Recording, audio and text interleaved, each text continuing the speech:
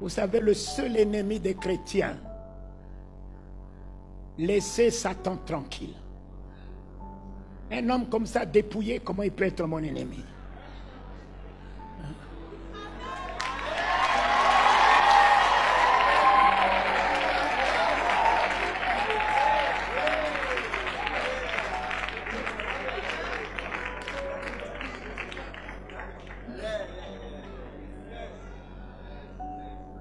Et puis vous le chassez, vous le combattez, attaquez. Attaquez quoi? Je voyais, quand il parlait, Satan était déjà tombé, puis il s'est dit je voyais. C'est du passé ça là. Merci ma chérie. Je voyais Satan tomber du ciel comme un éclair. Mais remettez-le à sa place. Pourquoi l'église l'a élevé pour dire on a des désirs, on a des... Non. Remettez-le.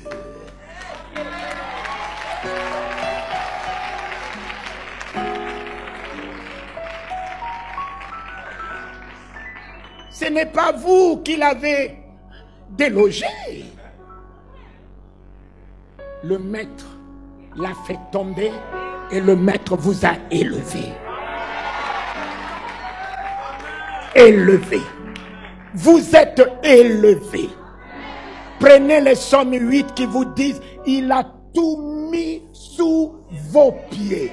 Tout mis, tout.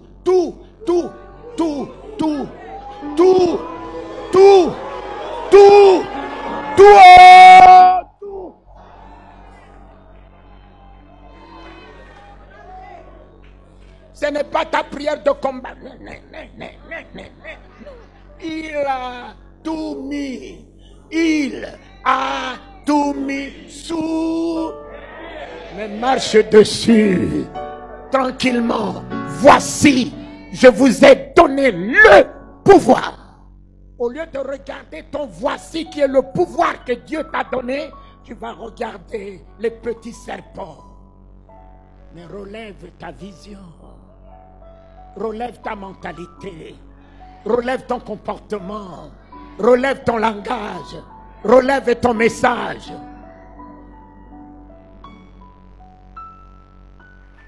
Fais attention à ce que tu mets dans la bouche. Tu peux créer la mort comme tu peux créer la vie. L'élément mal, quand la semence sort de là, elle ne peut pas revenir sans effet. Donc faisons attention avec la bouche. N'allez pas chercher vos sorciers, vos ennemis en dehors de votre bouche. Le jour où vous aurez l'équilibre de votre langue, vous ne verrez plus les ennemis.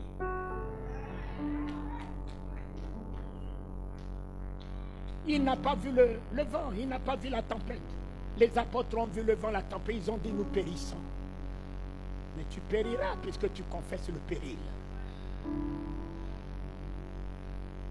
Lazare dort, allons le réveiller. La fille de Jairus dort. Quel est le genre de ce prophète? Il n'était pas là. Lorsque nous avons vu Lazare mourir, quel est ce langage? Mais si tu es né de nouveau, parle un autre langage.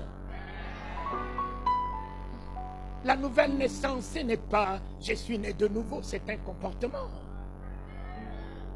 La nouvelle naissance, ce n'est pas venir à l'église tout le temps, c'est une mentalité.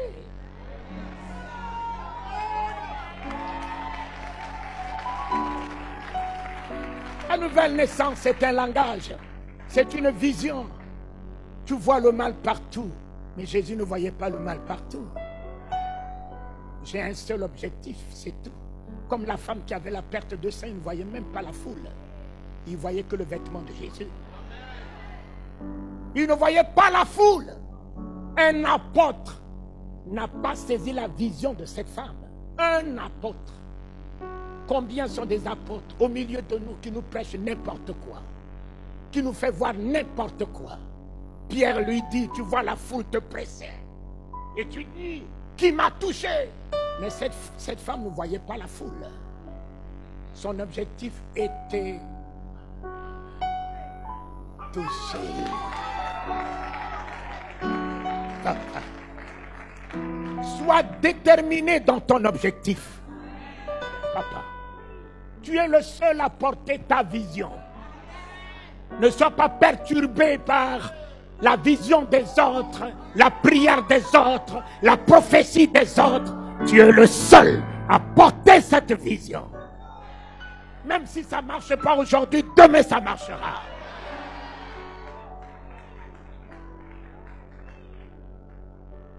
Voilà ce que tu dois avoir, la foi. Ensuite, la conviction. Et la troisième, la détermination.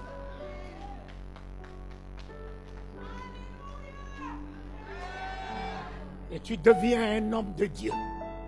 Tu deviens une femme de Dieu sur qui Dieu peut compter. Un homme de Dieu ne tangue pas. Un homme de Dieu ne vivote pas. Un homme de Dieu ne chante pas de langage. Un homme de Dieu gagne le combat avant le combat.